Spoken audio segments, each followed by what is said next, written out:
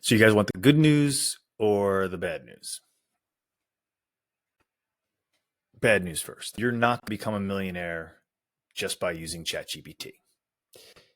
But the good news is, if you're watching this video and you even have a small level of interest in how to harness technology to your advantage, it's going to work. It's going to take you into the direction that you want to go. Let me explain. Back in 2004, I was a director of sales at a performance-based ad network.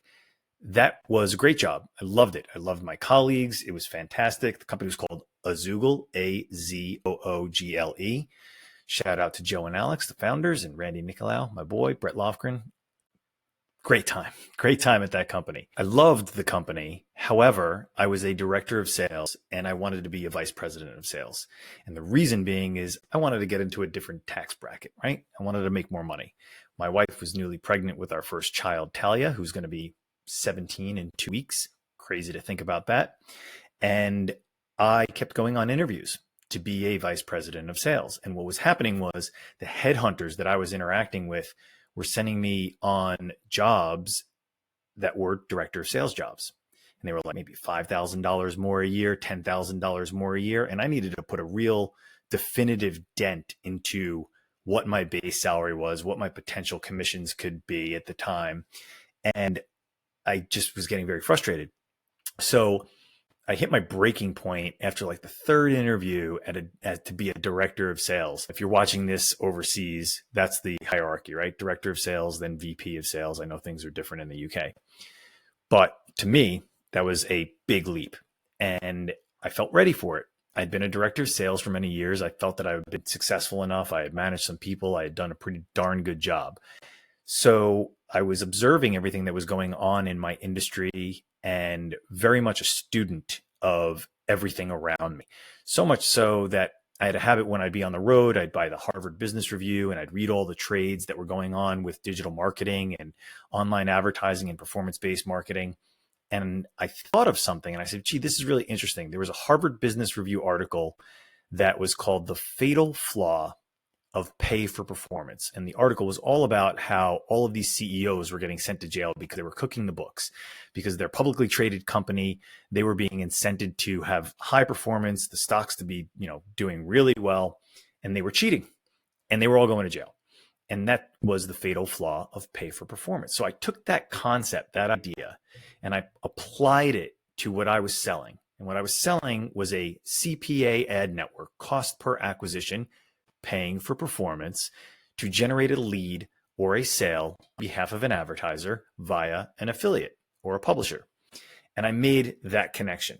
And I talked about how that industry, my industry at the time, was open to lots of fraudulent activity, and that we had to be vigilant. We had, heads of compliance within the organizations, and we had closed box networks where you couldn't see who the publishers were and you didn't necessarily know in the manner with which they were generating those conversions, and it became an issue.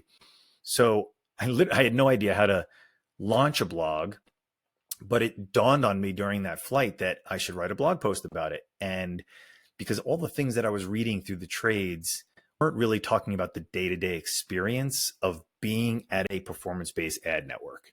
So I kind of nervously went to WordPress. I created my first blog post.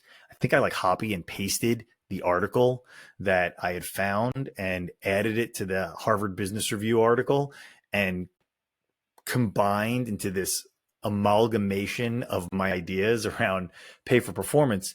And the moral of that story is I went on the interview, an interview to be a VP of sales, and I requested that the headhunter not just send my resume, but that she send the blog post as well. And the moral of that story is I leveraged the technology to get myself that job in my third book, Remarkable You, about personal brand building. That is the title of the first chapter. It's called the $260,000 blog post. The base salary was $200,000. There was a $60,000 signing bonus. It was a phenomenal job, and I became a VP of sales.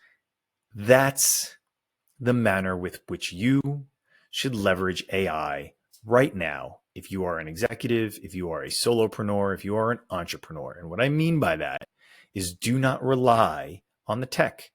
Don't rely on the ever-changing technology that will be at your fingertips. Think about the intent, think about the end result that you want, and then go about leveraging the technology to do so.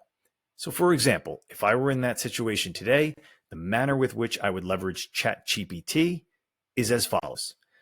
I would most likely, if I had discovered that Harvard Business Review article, copy and paste that article into ChatGPT.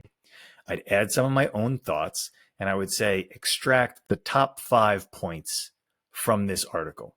I would review that content. Maybe I'd make a video on that content, but I would certainly create a blog post on that content.